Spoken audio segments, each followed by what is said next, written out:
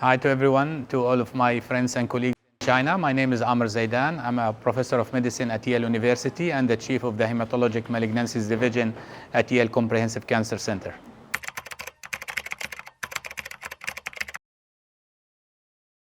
I'm speaking actually, as you mentioned, from ASCO meeting. This is the biggest oncology meeting in the whole world. As you mentioned, oral presentations are generally a high distinction. It's usually given to the abstracts that have the highest clinical impact or the highest scientific value. So in the session, we had 9 abstracts that talked about advances in myelofibrosis, in MDS-AML, as well as about transplant. And one of those abstracts, I think, which has very good data and was very well received, is the abstract that is looking at Mesutoclax, which, as you mentioned, is a novel oral BCL2 inhibitor, which seems to be potent. So the trial that was presented looked at patients with acute myeloid leukemia, patients with MDS, and it looked both in the frontline and the relapsed setting. And the first set of data was, I think, presented very nicely by Dr. Wang for the patients that were treated in China.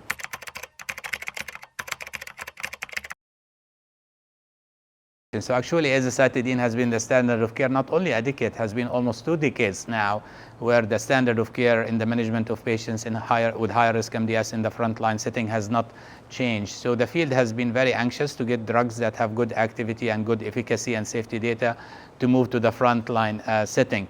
So in my view, one of the problems that we have seen in trials in the high-risk MDS space is not only focused on the drugs, but the design of the clinical trials themselves, as well as the endpoints.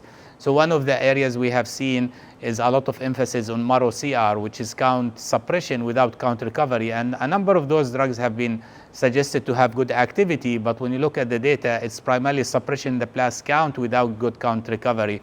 And one of the problems that we have also seen in the design of the clinical trials is many patients getting on the trial when they have TP53 mutations, which generally have been historically very difficult to target with drugs that are used in high-risk MDS. And indeed, the Verona trial, which enrolled patients with azacitidine and venetoclax and randomized them against azacitidine with placebo, had some of those challenges, and ultimately that was associated with a trial failure. So you cannot only have a good drug, but you have to design the clinical trial itself very well to show the full potential of the drug. And I think I'm very optimistic with Mesutoclax for a number of reasons. I think the first reason is that the biology of the drug itself seems better. It's given once a day. It's quite potent. It has minimal myelosuppression as it appears from the preclinical data as well as the clinical trial data. And that's probably related to its ability to avoid inhibition of BCL-XL, which does contribute to thrombocytopenia, but also the metabolites don't stick around in the circulation for a long time, so therefore it does not lead to prolonged myelosuppression. And there appears to be hints of activity in patients with TP53. So I think on multiple fronts, this drug seems to be poised to have better results, and the early clinical data that we have seen in patients with high-risk MDS in the frontline setting, while this was a relatively smaller sample size, was 10 patients, but the responses were quite good. So the overall response rate was around 90%, and most of those were complete responses or complete responses with partial count recovery, what we call composite CR. With the limited short or the limited follow-up, we still don't have overall survival data, but I think as we enroll more patients on the trial and have longer follow-up, we are going to be able to kind of fully understand the clinical picture. But on the safety front, it also looks very good in terms of the tolerability of patients, which is a very important thing in patients with higher risk MDS, because they tend to be frail and older. So giving them therapy that they can take for a long time is very important. And this is something we really want in our oral drugs that are going into the clinical trial testing.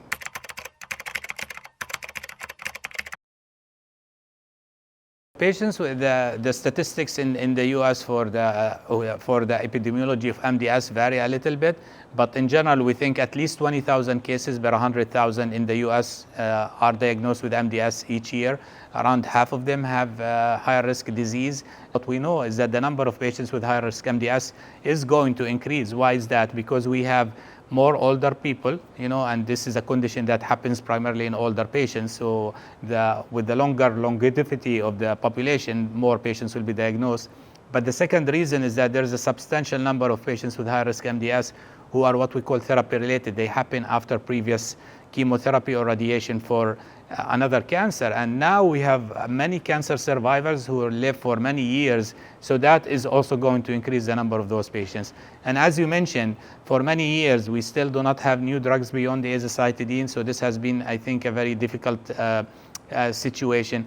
So there has been a lot of interest in combining drugs with azacitidine, but this has faced multiple problems, generally both on the efficacy front, but also on the safety front, in terms of like some of the drugs that are being added are very myelosuppressive, and that cause infections and bleeding and complications. So I think having a drugs like Mesutoclax, where the tolerability and the myelosuppression is not as big of an issue compared to other BCL2 inhibitors, I think could be very important. So when you look through the clinical trial data that was presented, it was only not high-risk MDS, but also in AML. And the data in treatment-naive acute myeloid leukemia patients looked also quite good. So the overall response rate was over 80%, and that was in a bigger sample size, more than 40 patients, I believe 46 patients. And complete response was 63%, which is much higher than what you see in the VIALE-A trial, which was around 37%. Again, there was low risk of infections. One of the things that was very impressive to me from this data is that there were no early mortality, 30-day and the 60-day mortality was almost zero, which again is very important because this is a period where patients can have a lot of complications. And lastly, we saw some efficacy in patients who have TP53, which, as I mentioned, is the most challenging subset of patients. We still like to see durable responses, not only like response rates, but also durability and overall survival data. But this is the first presentation of the data, so I think we are going to see more data over the next few meetings, and hopefully we will move into a registrational pathway very quickly.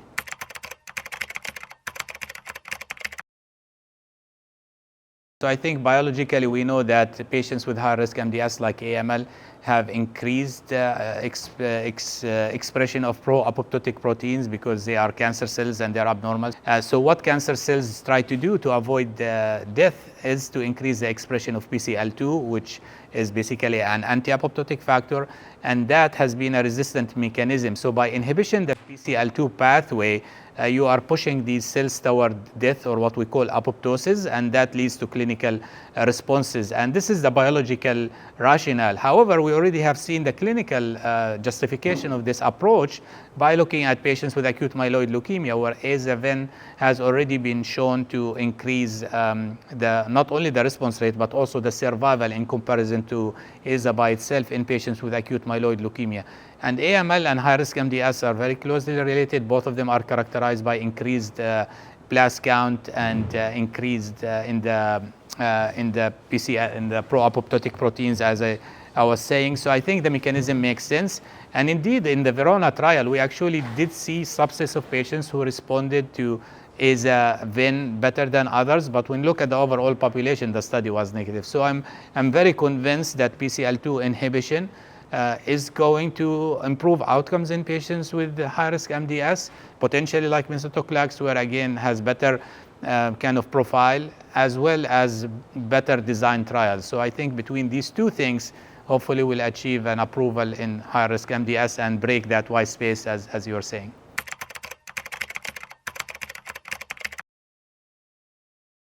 Certainly patients who have the highest risk groups as defined by the IPSSR, so the very high risk and the high risk groups tend to have the worst outcomes, and they are the patients who are in most need of new therapies. So I think the data that was presented, again, relatively smaller sample size, but looked quite good in the sense of having CR in 40% and overall response rate in almost 90%. And as you mentioned, most of those patients have IWG 2023 defined responses, which focus on count recovery. So not only reducing the blast, but making sure that count recovery happens, because this is important to reduce risk of infection, bleeding, but also to hopefully translate into survival and durable responses. Also, we have seen some good data on the MRD level. So I think on multiple fronts, the drug profile looks quite good.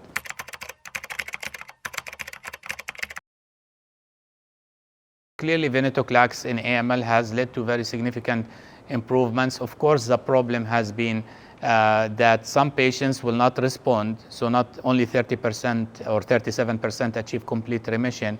And among those who respond, the survival on the VIALE-A trial has been only 15 months. So the survival is better than AZA alone, but it's not very long. And what we also have known with longer follow-up from the study is that most of those patients will relapse and die. So there are not many kind of long-term cured patients.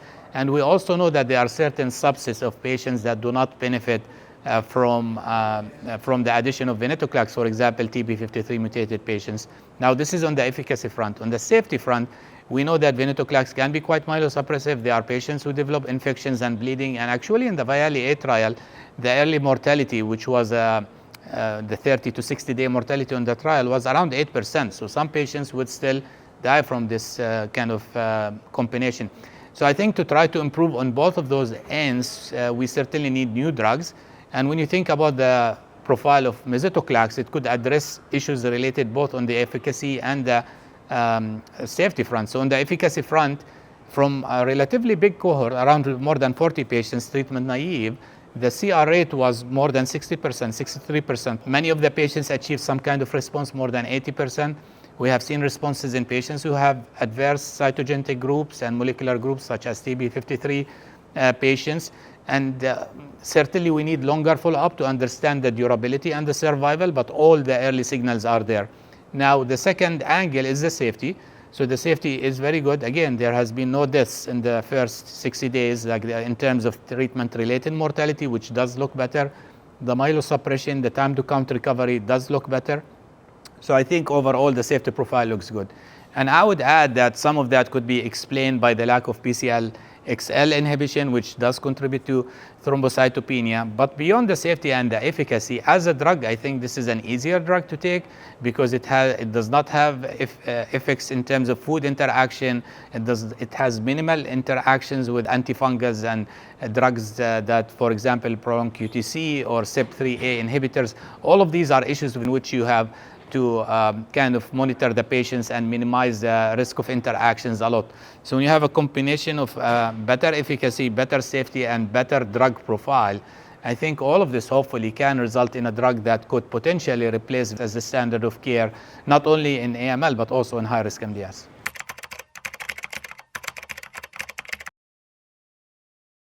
I think in AML, the landmark complete response rate with azacitidine and venetoclax has been around 37%.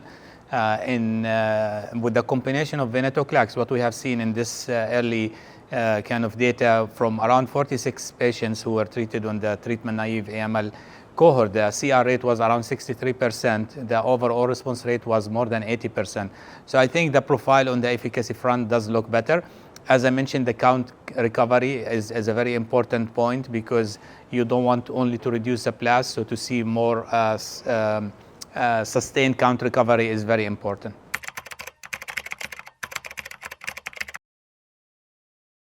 That's an excellent question, and it covers like the last cohort of patients who were presented in ASCO. We talked about two, which was the frontline high-risk MDS and the frontline treatment-naive AML. And the last cohort was the relapsed refractory AML. Most of those patients, or many of them, had prior VEN exposure. And this is important because VEN exposure generally associated with very poor outcomes. The expected survival is in the range of 4 to 6 months, and there are no really approved therapies in that setting. So again, similar to the frontline high-risk MDS and treatment-naive AML, the data looked quite promising in that setting. So responses were seen, including complete CRs, including in patients who had previous VEN exposure and patients who had poor genetic profile. So I think the data is looking quite good. And I would add that there is a cohort of patients who is now being enrolled in the study who is also refractory relapsed high-risk MDS, which is also another area of unmet need. And we just started enrolling patients on those cohorts in the refractory lab setting in the US, in my center. So we are very excited about seeing how those patients benefit and kind of to replicate the data that has been presented in ASCO.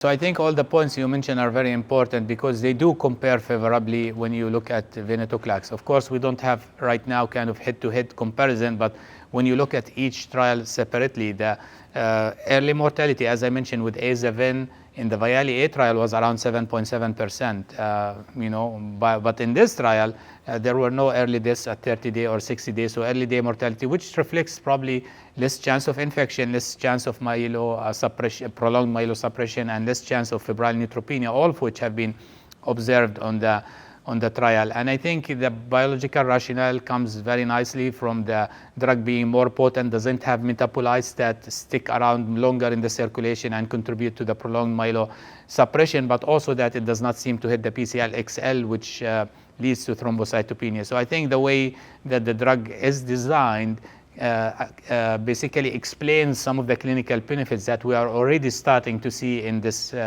early trial. And again, I anticipate and hope that we are going to see longer durability of responses and hints at prolonged survival as well, which I think will be very important for this drug development to completely differentiate itself from venetoclax and hopefully get approved.